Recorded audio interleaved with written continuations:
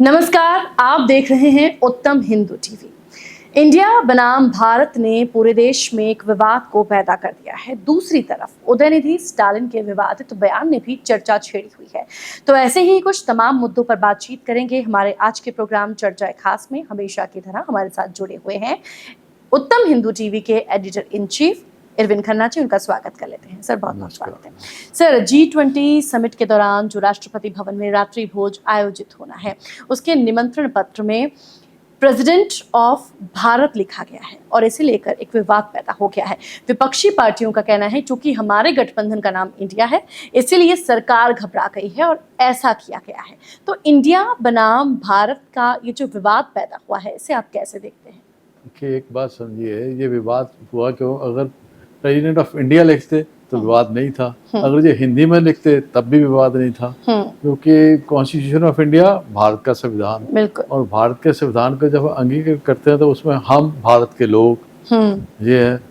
और फिर उसके आगे चले तो राष्ट्रगान में भारत भाग विधाता आता है।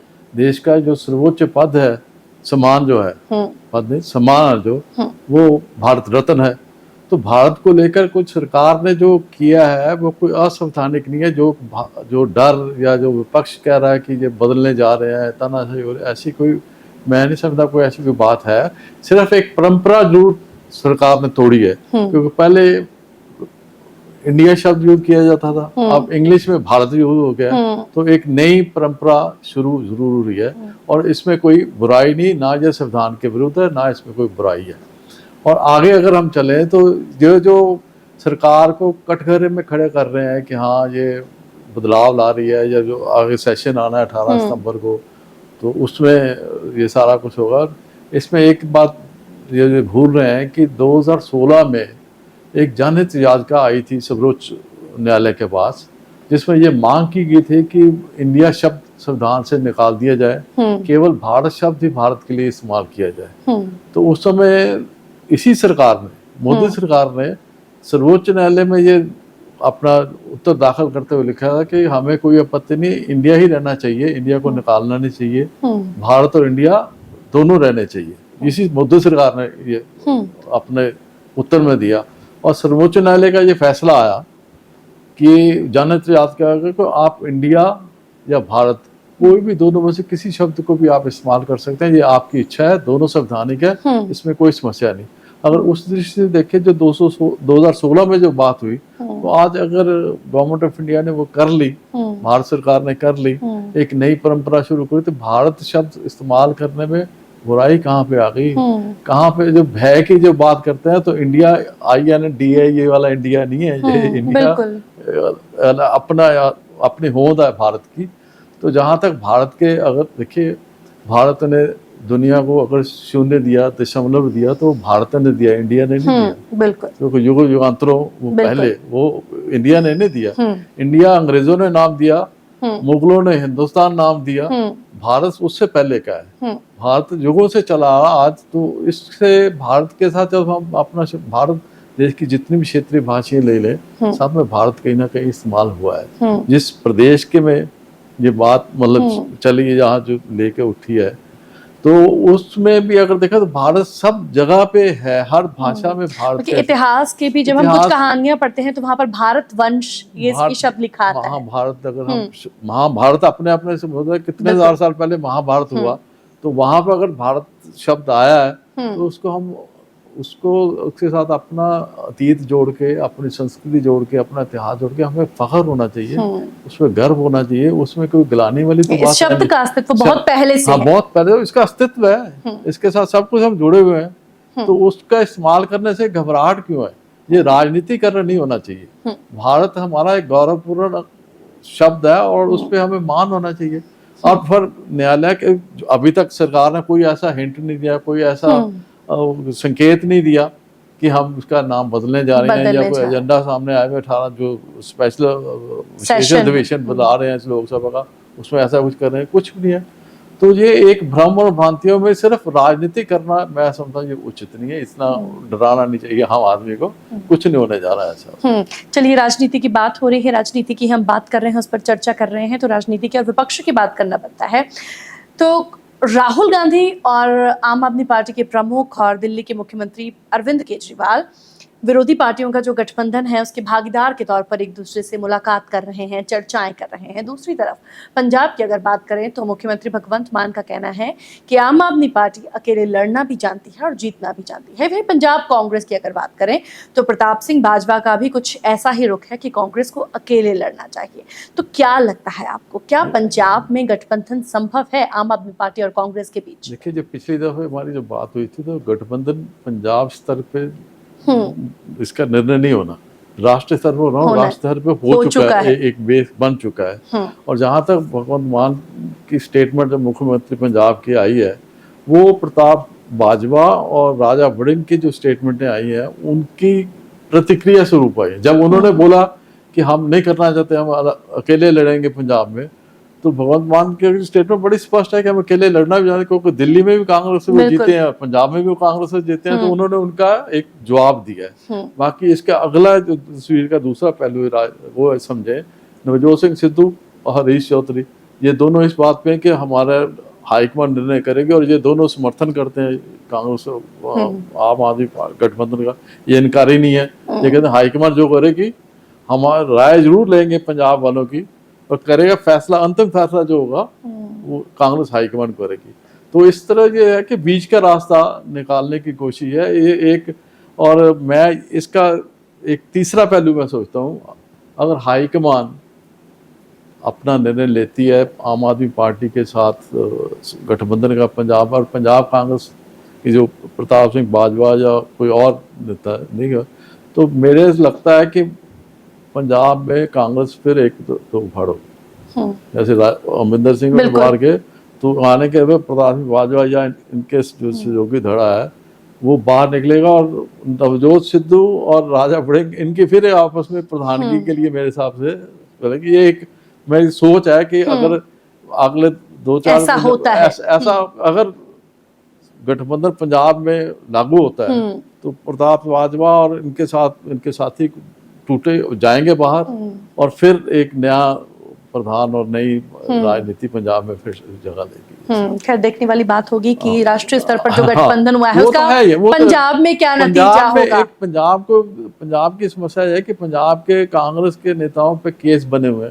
हैं, जो कोई छोड़ गए उन पे बने हैं, और आम आदमी पार्टी की ओर से लगातार एक्शन लिया जा रहा है, दबाव डाला जा रहा है। तो वो सारे जो लुधियाना के MLA PM मंत्री भी रहे आशुतोष, तो उन पे केस जो बने हैं, तो उन केसों को देख के और उनके जो सारा कुछ जितना दबाव कांग्रेस के नेताओं पे पड़ा हुआ है, तो उनको लगता है हाईकमान हमारी समस्या देख नहीं रही कि यहाँ पे अगर उन्होंने समझौता करना तो पहले ये भी रखे ना कि लीनियंट व्यू और मान सम्मान एक दूसरे का हो। जब एक दूसरे के साथ एक एलर्जी वाली भावना देख ही नहीं सकते एक दूसरे को और दबा के रखना, और जो तो फिर वो जमीन स्तर पे वो बात बनती नहीं है। तो इसीलिए मैं कहता हूँ कि ये फिर टूट आएगी कांग्रेस में, पंजाब कांग्रेस में। खैर वक्त बताएगा कि आखिर किस तरह से पंजाब में समीकरण सामने आते हैं। क्या हो सकता है, कुछ यकीन नहीं कहा जा सकता। अगले मुद्दे की और अगली खबर की बात करते हैं। द्रमुक पार्टी जो कि इंडिया गठबंधन में भागीदार है, द्रमुक नेता उदयनिधि स्टालिन का विवादित बयान सबको पता है, आपने भी सुना है, हमने भी सुना है। सनातन धर्म को लेकर जो उन्होंने विवादित टिप्पणी की है उसके बाद एक बहुत बड़ा विवाद खड़ा हो गया है। लगातार हिंदू संगठन जो है उसका विरोध कर रहे हैं और NDA की ओर से भी सख्ती से जवाब दिया जा रहा है उदयनिधि स्टालिन को इस बयान के लिए। तो क्या लगता है इस तरह के बयान से गठबंधन को, जो इंडिया गठबंधन है विपक्षी पार्टियों का, उसको क्या नुकसान हो सकता है? देखिए, पहले तो मैं ये कहना चाहूँगा कि सनातन धर्म को समूह नाश करने के या नाश करने की जो बात करते हैं, चाहे उदयनिधि स्टालिन है, ये राजा है, खड़गे जी के बेटा है प्रियंक खड़गे, इनकी स्थिति मेरी दिशा में लगता है जो आदमी एक आकाश पर थूकता तो वो थूक उसके मुंह पे आती है। ये सनातन धर्म एक समुद्र की तरह है, रवानगी है, उसकी गहराई है, उसको खत्म करने की बात करनी, सोचनी, ये अपने आप में दुर्भाग्यपूर्ण भी है, दुख वाली बात भी है। और ये जो गठबंधन का तो नुकसान होगा ही होगा। अभी शिवसेना महाराष्ट्र जो उद्धव ठाकरे उन्होंने भी बोला है, और दूसरी पार्टी ने भी, इवन आम आदमी पार्टी ने भी इसको अपने से दूर रखा है। मैं खुद जो केजरीवाल जी ने बोला मैं सनातनी हिंदू हूँ, तो ये बात है। तो दूसरी जो सनातन की जो, देखिए एक सनातन धर्म को आप दो हमारे स्तंभ हम कह सकते हैं जो केंद्र बिंदु आज के सनातन है, भगवान राम और कृष्ण जन्माष्टमी अभी निकली है, ये दो केंद्र बिंदु आज हम कहें सनातन के। सनातन कितना गहरा, मैं उस बात को समझाना चाह रहा हूँ कि इसकी जड़ें कितनी गहरी हैं, कितना इसका है।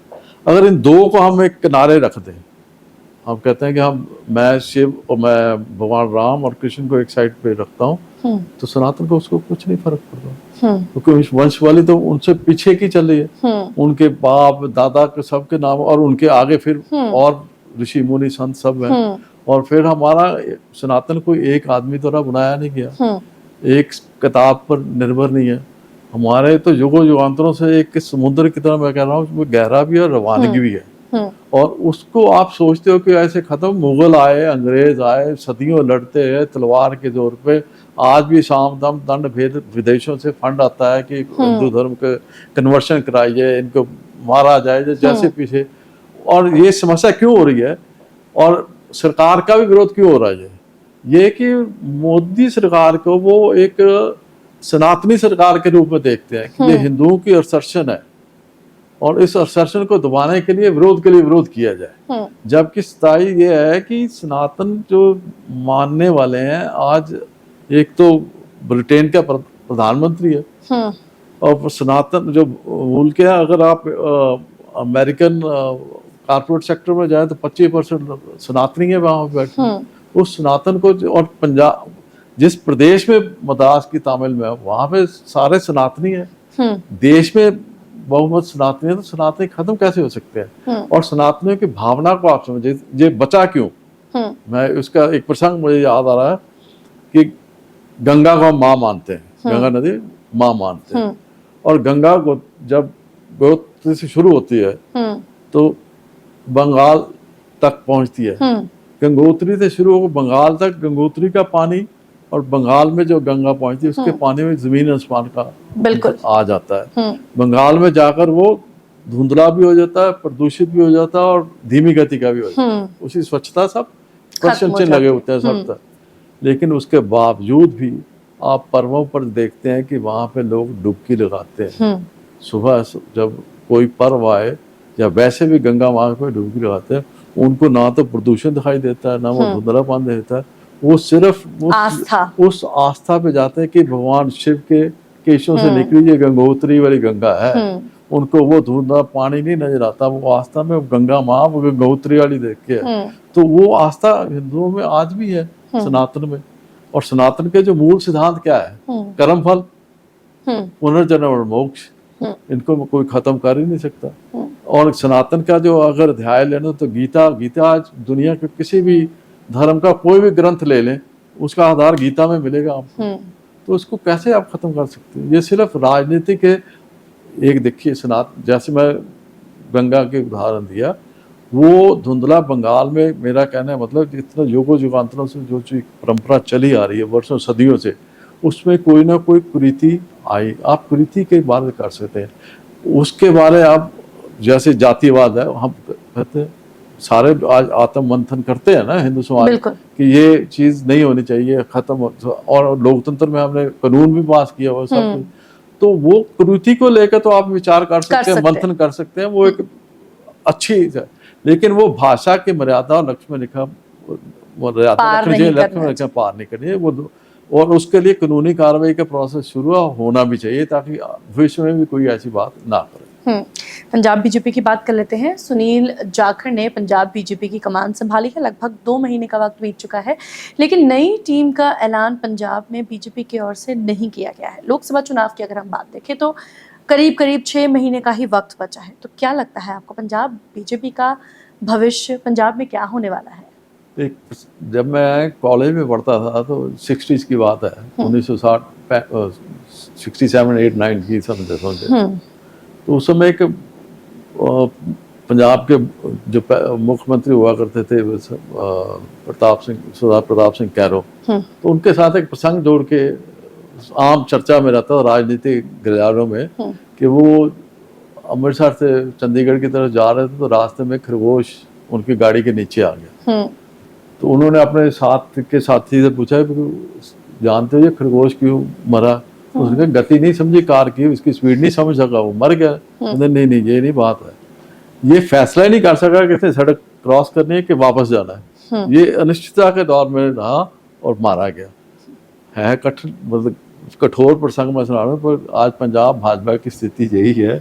आज वो हाईकमान डिसीजन ही नहीं ले पा रही। जो सूत्रों अनुसार तो इन्होंने सुनील जाखड़ ने तो अपनी लिस्ट भेजी हुई है, लेकिन वो डिसीजन नहीं ले रहे। उनके लिए पंजाब के वो बेटे जो नहीं है, तो ये जो अनिश्चितता का दौर आता है ना, आप फैसला नहीं कर पा रहे कि इधर जाना है कि उधर जाना है, तो वो पार्टी के लिए भी घातक है ओवरऑल। और जो मैं समझता जो पर्सनालिटी जो प्रधान बने हैं सुनील जाखड़, उनके लिए भी घातक है। क्योंकि जब टीम अनाउंस नहीं करते तो एक अकेले आदमी को आप हाथ पैर बांध के मैदान में छोड़ दो तो वो क्या करेगा? अकेला चना भार नहीं फोड़ सकता। वो तो हाथ पैर भी बंधे हुए ना, बोल भी नहीं सकता, कर भी नहीं सकता, अकेला है, क्या करेगा? अभी हाईकमान अब उनके धड़े पहले अश्विनी शर्मा प्रधान थे, उनका एक अलग धड़ा है, उनके विरुद्ध एक धड़ा था, वो अलग धड़ा है, और तीसरा धड़ा भाजपा का आ गया जो नया आया है।